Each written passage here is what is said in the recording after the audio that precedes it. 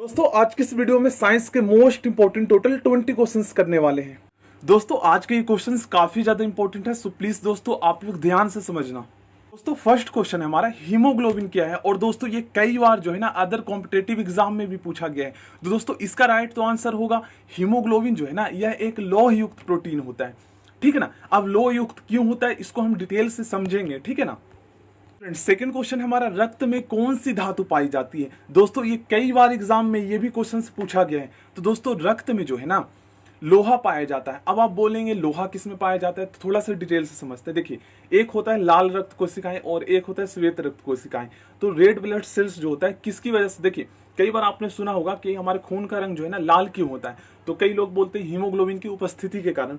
तो दोस्तों haemoglobin actually होता क्या है, तो हीमोग्लोबिन अभी हमने पढ़ा, हीमोग्लोबिन जो है लौह युक्त प्रोटीन है। और कई बार दोस्तों आपने एनीमिया के बारे में भी सुना होगा। एनीमिया में क्या, एनीमिया जब किसी को होता है तो क्या बोलते हैं कि खून की कमी हो गया है। तो एक्चुअल में दोस्तों क्या, जब खून की कमी होता है तो जो डॉक्टर होते हैं वो आयरन की गोलियां देते हैं। तो आयरन की गोलियां क्यों देते हैं, तो दोस्तों आपको पता है हीमोग्लोबिन जो है वो आयरन युक्त प्रोटीन है, ठीक है ना। आयरन युक्त प्रोटीन है, चाहे लोह युक्त प्रोटीन बोल सकते हैं। तो इसमें क्या होता है, आयरन की कमी हो जाता है, ठीक है ना। तो इसी वजह से जो है डॉक्टर आयरन की गोलियां देते हैं। और हीमोग्लोबिन जब बढ़ता है, ठीक है ना, तो इससे रेड ब्लड सेल्स ग्रोथ होता है। और आपको पता है रेड ब्लड सेल्स का काम क्या होता है हमारे शरीर में। रेड ब्लड सेल्स का काम भी पूछा जाता है कि आखिर लाल रक्त कोशिकाओं का काम क्या कार्य करता है हमारे शरीर में, और व्हाइट ब्लड सेल्स क्या काम करता है। तो व्हाइट ब्लड सेल्स के बारे में आपको पता ही होगा, ये हमारे शरीर में जो है ना रोगों से लड़ने की क्षमता जो है बढ़ाती है, ठीक है ना, रोगों से लड़ती है जो हमारे व्हाइट ब्लड सेल्स होते हैं। देखिए एक बार समझिए, एनीमिया का सबसे बड़ा कारण शरीर में आयरन की कमी होना, ठीक है ना। आयरन क्या है, हीमोग्लोबिन जो हमारा है वो है आयरन युक्त प्रोटीन, तो मतलब उसी की कमी होना, हीमोग्लोबिन की कमी होना। जब शरीर में रेड ब्लड सेल्स धीरे धीरे खत्म होने लगते हैं, ठीक है ना, और बॉडी को जरूरत के अनुसार डाइट नहीं मिलती, डाइट नहीं मिलने की वजह से ही जो है हमारे शरीर में रेड ब्लड सेल्स की जो मात्रा है वो कम होने लगती है। इससे खून की कमी होने लगती है, खून की कमी होने लगती है। खून में बड़ी संख्या में जो है ना रेड ब्लड सेल्स मौजूद होती हैं, जिसमें हीमोग्लोबिन होता है ना। अब देखिए हीमोग्लोबिन असल में जो है ना लाल रंग का आयरन युक्त प्रोटीन है। आ गया क्वेश्चंस, तो इस पे क्वेश्चंस बन जाता है। तो इसलिए दोस्तों अगर आप बुक को जो है ना, अगर आपके पास बुक है तो उसको डीपली पढ़िए। उससे क्या फायदा होगा कि उसी से क्वेश्चंस बनाए जाते हैं, ठीक है ना। अब देखिए सेकंड क्वेश्चन, ये क्वेश्चन मैंने आपको पहले करवाया था। जिसका काम किसका काम, हीमोग्लोबिन मतलब कि रेड ब्लड सेल्स जो है उसका क्या काम होता है। तो जिसका काम जो होता है ना फेफड़ों से ऑक्सीजन को लेकर शरीर के, मतलब कि शुद्ध ऑक्सीजन को लेकर शरीर के विभिन्न कोशिकाओं तक पहुंचाना। ऑक्सीजन युक्त हीमोग्लोबिन और रक्त का रंग हमेशा लाल दिखाई पड़ता है, ठीक है ना, ये तो हमें पता है। और देखिए रेड ब्लड सेल्स जो होते हैं हमारे फेफड़ों से शरीर के विभिन्न भागों तक जो है ऑक्सीजन पहुंचाते हैं, और वहां से जो है ना कार्बन डाइऑक्साइड को बाहर निकालते हैं। ये होता है हमारा रेड ब्लड सेल्स का काम, ठीक है ना। और व्हाइट ब्लड सेल्स का काम क्या होता है, रोगों से लड़ने की क्षमता जो है बढ़ाती है शरीर में। फ्रेंड्स थर्ड क्वेश्चन हमारा, मानव रक्त का पीएच मान कितना होता है। दोस्तों एक्चुअल में पीएच मान होता क्या है इसको भी हम थोड़ा सा डिटेल से समझेंगे, क्योंकि कई बार इसके क्वेश्चंस भी पूछे जाते हैं। तो देखिए मानव रक्त का जो पीएच मान होता है 7.4 होता है। अब देखिए जब पीएच मान 7 से अधिक होता है ना तो वो क्षारीय प्रकृति का होता है, ठीक है ना। और 7 से कम होता है वो अम्लीय प्रकृति का होता है, और जो 7 होता है वो उदासीन होता है। तो एक बार हम पीएच स्केल देख लेते हैं। फ्रेंड्स ये है हमारा पीएच स्केल, ठीक है ना, जिसकी मतलब कि देखिए जो होता है ना, देखिए 7 से जिसकी जो अधिक होती है पीएच मान 7 से अधिक होती है तो वो क्या होता है हमारा क्षारीय प्रकृति का। तो हमारा खून क्या हो गया, क्षारीय, 7.4 था ना उसका पीएच मान। और जो 7 जो है ना 7 से कम होता है तो उसको क्या बोलते हैं, अम्लीय। तो यहाँ पर 7 से कम जो होते हैं ना, इसके अंतर्गत जो है बहुत सारे ऐसे 7 से कम जिसका पीएच मान होता है ना उसे हम क्या बोलते हैं, अम्लीय बोलते हैं। तो इसके अंतर्गत जो है ना नींबू और दही आता है, ठीक है ना, वो हमारे अम्लीय होते हैं। और यहाँ पर हमारा जो रक्त आ गया वो क्षारीय होता है। और जिसका पीएच मान 7 होता है वो क्या होता है, उदासीन। तो जल जो है शुद्ध जल का पीएच मान 7 होता है, याद रखिएगा, कई बार क्वेश्चन पूछा जाता है।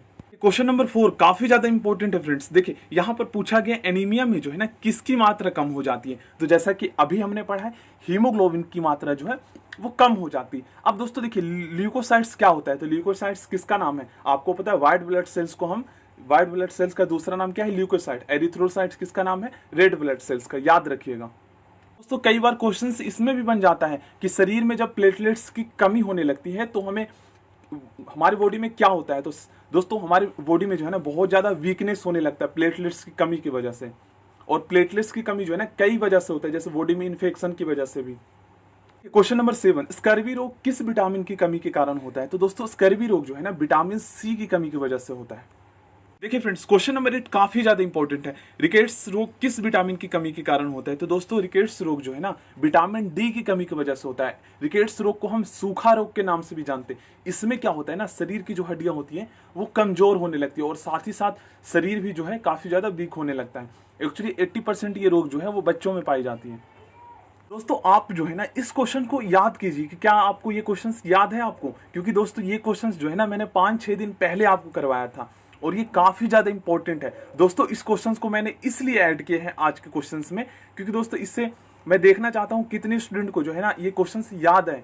क्योंकि दोस्तों जब आप पढ़ रहे हैं तो याद भी आपको होना चाहिए, ठीक है ना। देखिए, ठोस से सीधे गैस अवस्था में परिवर्तन क्या कहलाता है, ठीक है ना। तो ठोस से सीधे गैस में बदल जाता है, उसको हम क्या बोलते हैं, सब्लिमेशन, ठीक है ना। दोस्तों आप लोग जो है जरूर आप लोग ध्यान दीजिएगा, क्योंकि ये क्वेश्चंस काफी ज्यादा इंपॉर्टेंट है।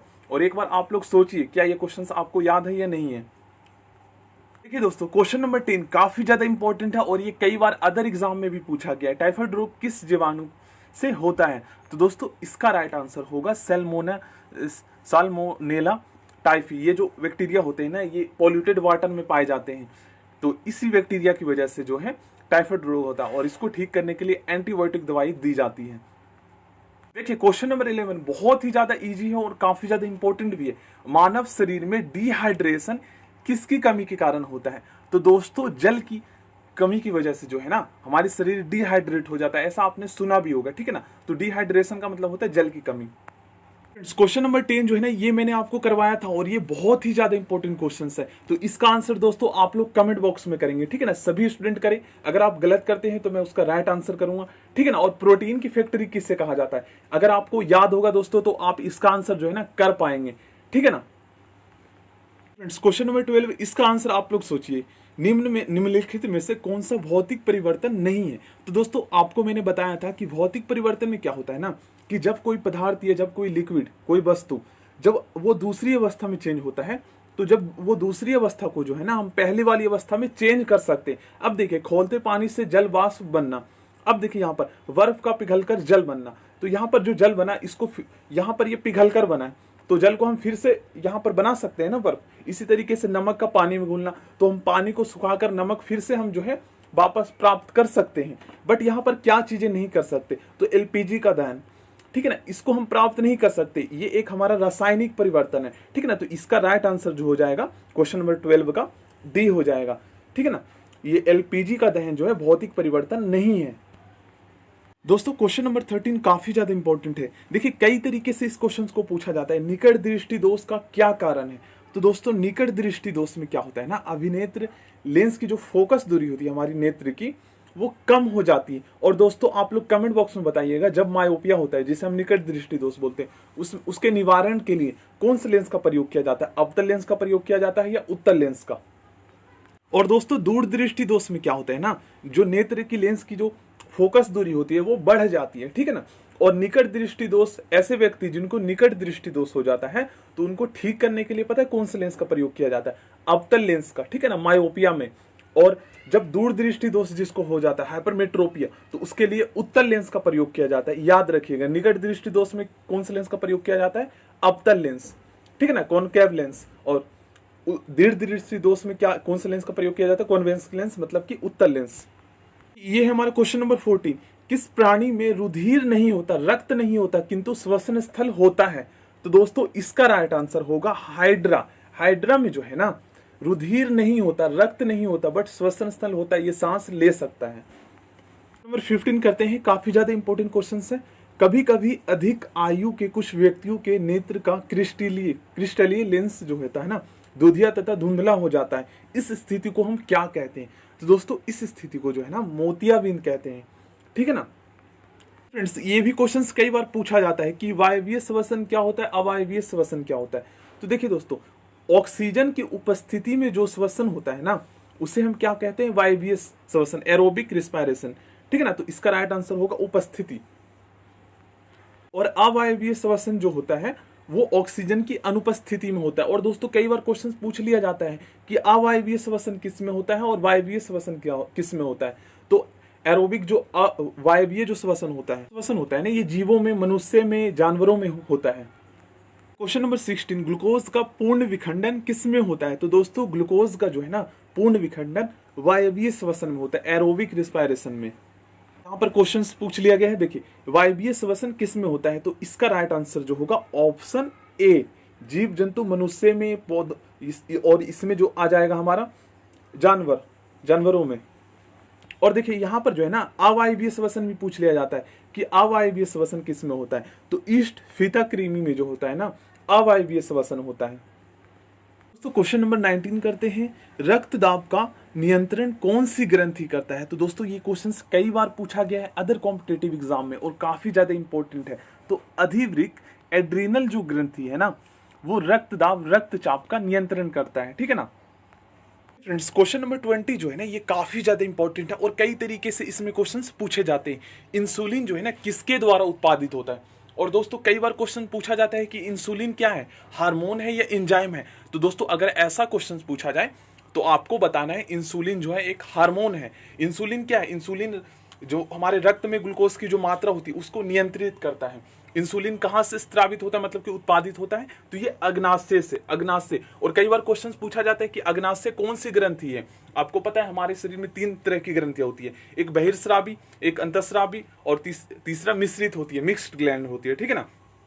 अब देखिए अग्नाशय जो है ये मिश्रित ग्रंथि है, ठीक है ना। ये जो है एंजाइम भी छोड़ता है और ये हार्मोन भी छोड़ता है। अब देखिए दोस्तों यहाँ पर थायराइड ग्लैंड जो है ना ये हमारे गले में होता है, मास्टर ग्लैंड, जिसे हम पीयूष ग्रंथि के भी नाम से जानते हैं और इसको जो है ना पिट्यूटरी ग्लैंड इंग्लिश में भी बोलते हैं, ठीक है ना। और ये हमारे जो है 0.5 ग्राम का होता है, ठीक है ना।